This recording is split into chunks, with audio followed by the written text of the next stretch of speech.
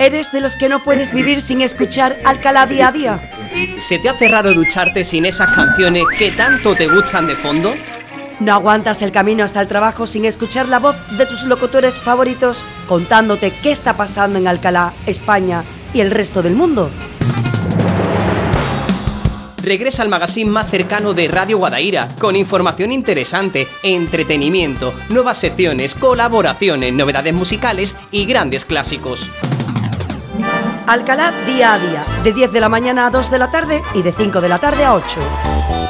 En Radio Guadaira, 107.7 FM y radioguadaira.org.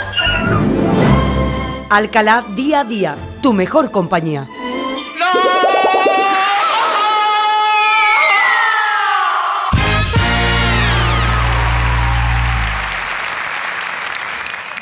Hoy en Alcalá día a día, entrevista.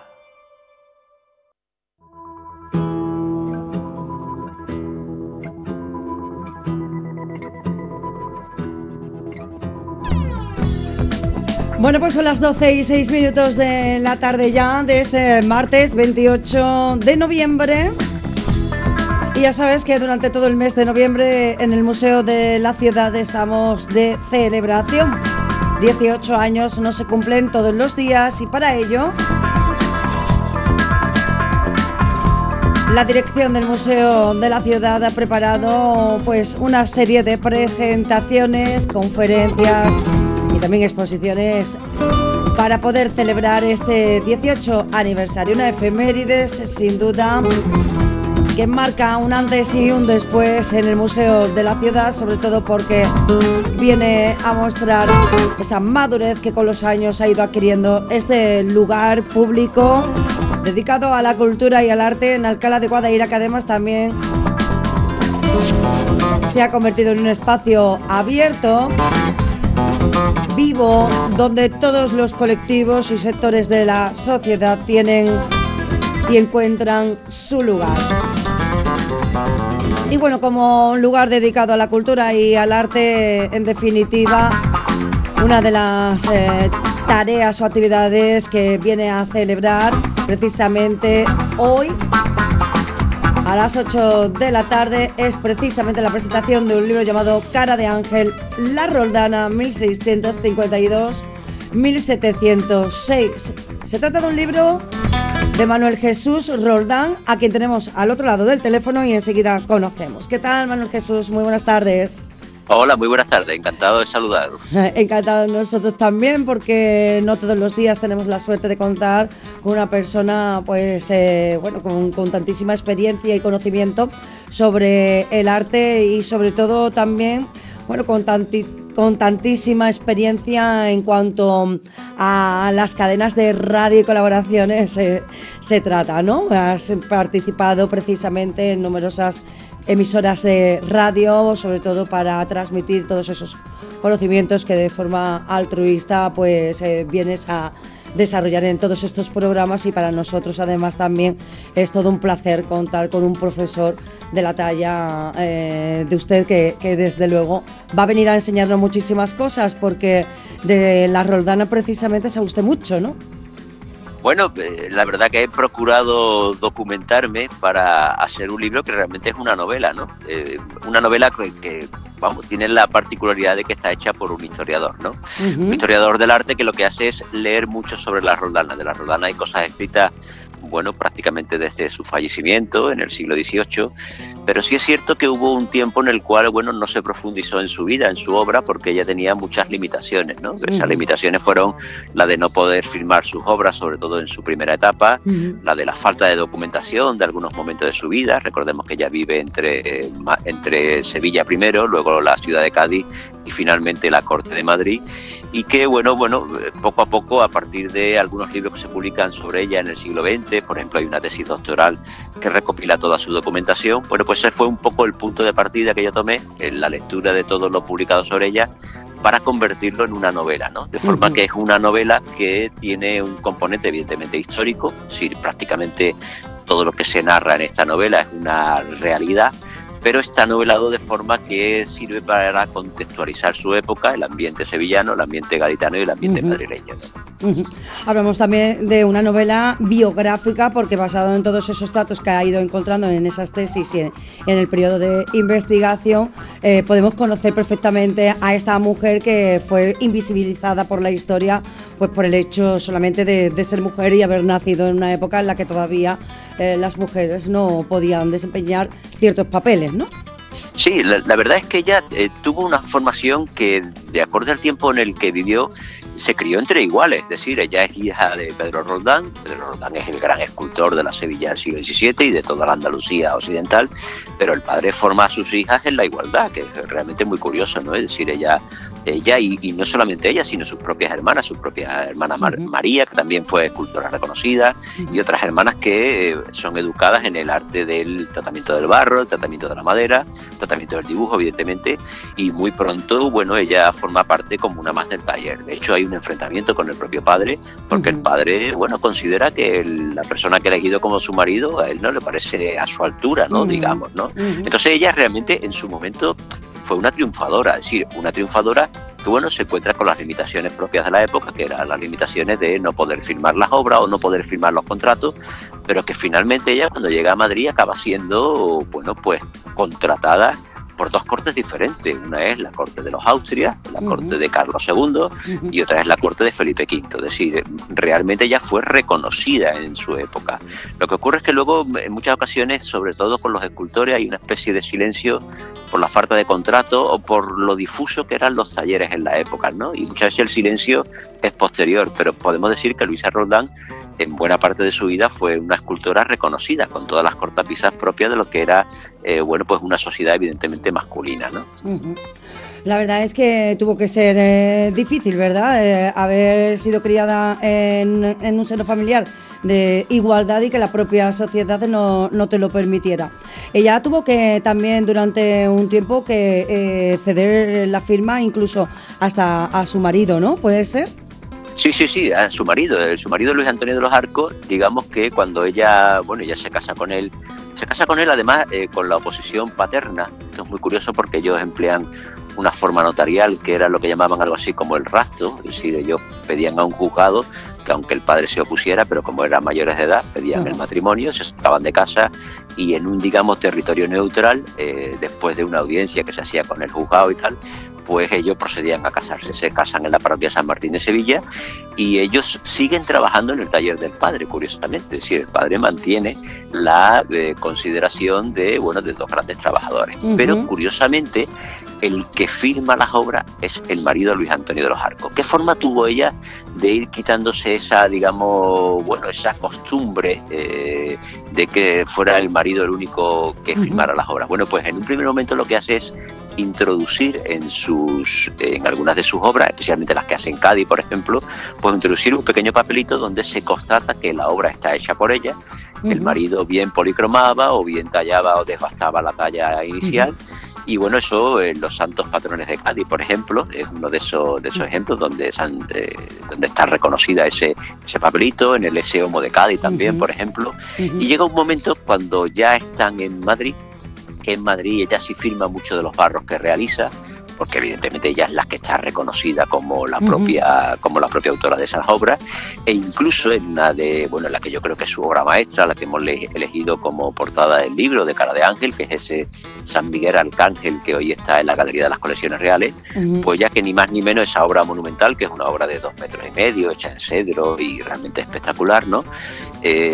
Pues en esa obra ella firma no solamente en el dato del documento que le sirvió entrar como escultora de cámara, sino que firma en el propio pie del arcángel. Sí, en el propio pie podemos ver, ahora se ve muy bien en la restauración, que ella pone Luisa Roldán, escultora de cámara, y pone la palabra Sevilla. Es decir, ella está reivindicando tres cosas. Primero, su nombre, está reivindicando su condición de escultora titulada y de escultora que tiene un cargo oficial, y su condición de sevillana, ¿no? Es decir, aunque ella esté en la etapa final de su vida en Madrid, pero sigue reivindicando lo que eran sus orígenes, ¿no? Unos orígenes que además también la llevaron a crear sobre todo obras dedicadas a la temática religiosa, ¿no? Sí, prácticamente la gran mayoría de la obra de Luisa Roldán es temática religiosa porque eran los comitentes de la época, es decir, realmente los que encargaban sobre todo escultura e imaginería, pues encargaban obras pues para conventos. Ella trabajó para la Catedral de Cádiz, ella trabajó para Hermandades de Puerto Real, trabajó para Hermandades Sevillanas, Hermandad de la Carretería, Hermandad de los Caballos, para numerosos conventos que eran realmente los grandes comitentes de entonces.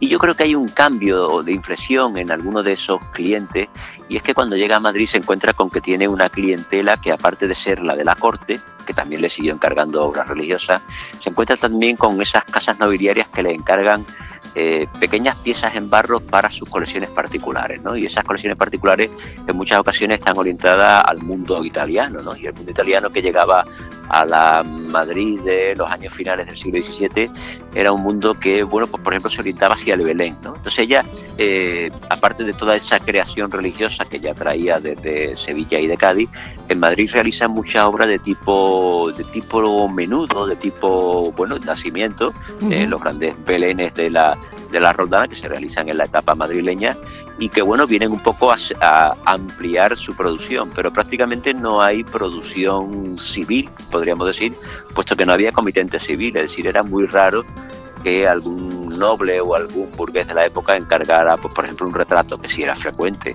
por ejemplo, en el plano pictórico, pero no en el escultórico, ¿no? Era realmente raro. A mí me surge una curiosidad, Manuel Jesús, supongo que a lo mejor en alguna ocasión se lo habrán preguntado, ¿tiene usted alguna relación, bueno, con precisamente con esta familia por el apellido? Por el apellido, no, entiendo que no. Bueno, yo suelo decir que sí, ¿no? Pero vamos, no, me temo que no.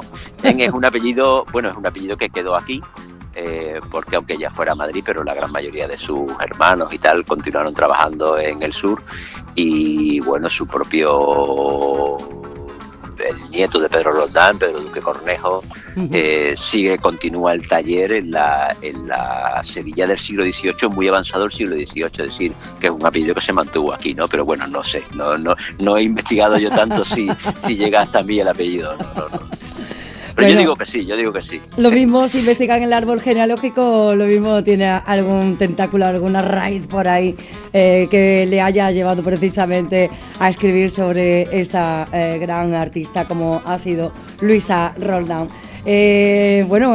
Correos le dedicó un sello precisamente por ser una de las caras más reivindicadas por el 8M, como una de las grandes, uno de los grandes nombres, ¿no?, de mujer que a lo largo de la historia no tuvo esa aceptación o esa veneración que tanto se pudiera merecer. ¿Ha investigado usted también sobre otras mujeres que, al igual que Luisa Roldán, se hayan encontrado en esta situación en el mundo del arte? Sí, yo precisamente esta novela de Cara de Ángel en cierto modo viene de un libro anterior que dediqué a una historia de la mujer, una historia del arte, realmente se llamaba Historia del Arte con nombre de mujer, que era una recopilación de mujeres artistas a lo largo de todas las épocas, ¿no? Me salieron como unos 120, 130 nombres, personajes muy potentes, bueno, desde la antigüedad hasta el siglo XX, que repiten una constante común, ¿no? Y es que la mujer en el plano artístico fue ignorada. No siempre, ojo, no pensemos siempre que esa idea de la invisibilidad no siempre fue así. Es decir, Luisa Roldán fue reconocida Sofronis Banguisola y fue reconocida en el siglo XVIII Elizabeth Villet, es decir, bueno, gente que trabajaron para cortes, para papas, para nobles, pero hubo un siglo especialmente, que fue el siglo XIX, el que, digamos, silenció la obra de autoras, ¿no? El siglo XIX, un siglo muy masculino, un siglo que creó el gusto estético, pues, por ejemplo, de los museos, porque cuando se crean los grandes museos, o cuando se empiezan a escribir las grandes historias del arte, ¿no? Entonces, en el siglo XIX sí hubo ese silencio con respecto a las mujeres, que hizo que mujeres que habían triunfado en su época luego pasaran prácticamente desapercibidas, ¿no? Entonces, este libro parte en cierto modo de esa reivindicación, aunque en este caso, me dio hacerlo de forma novelada, completamente diferente a lo que había publicado hasta este momento, ¿no? Lo bueno de este tipo de formato es que, además de conocer la vida de precisamente Luisa Roldán, además de ello también conocemos al unísono pues todo el entorno históricamente hablando, y de esa manera también podemos viajar a la Sevilla del barroco del siglo 18, 17 y 18, que es cuando esta gran artista estuvo vigente y pudo crear su obra. Bueno, pues muchísimas... Sí. Sí, la verdad que el libro contextualiza eso, es decir, no es solamente su vida, sino que realmente se puede dar un auténtico paseo, pues tanto por la Sevilla del XVII como por la Cádiz del siglo XVII, como por la corte madrileña de transición entre los Austrias y los Borbones, ¿no? Yo creo que es una especie de ejercicio histórico de paseo que sirve para conocer la obra de la Roldana, pero al mismo tiempo para conocer el contexto histórico, ¿no? Bueno, pues la verdad es sin duda un libro que podrás conocer a partir de esta tarde a las 8 en el Museo de la Ciudad. La entrada es completamente gratuita, estará también el autor, como no, para dar algún apunte y por supuesto presentar su obra, que lo hará, estará a cargo la presentación de una gran persona como es María Fernández, también profesora del IES Albero, y que acompañará pues a nuestro amigo Manuel Jesús Roldán esta tarde en el Museo de la Ciudad. Muchísimas gracias por haber estado con nosotros, Manuel Jesús, y enhorabuena.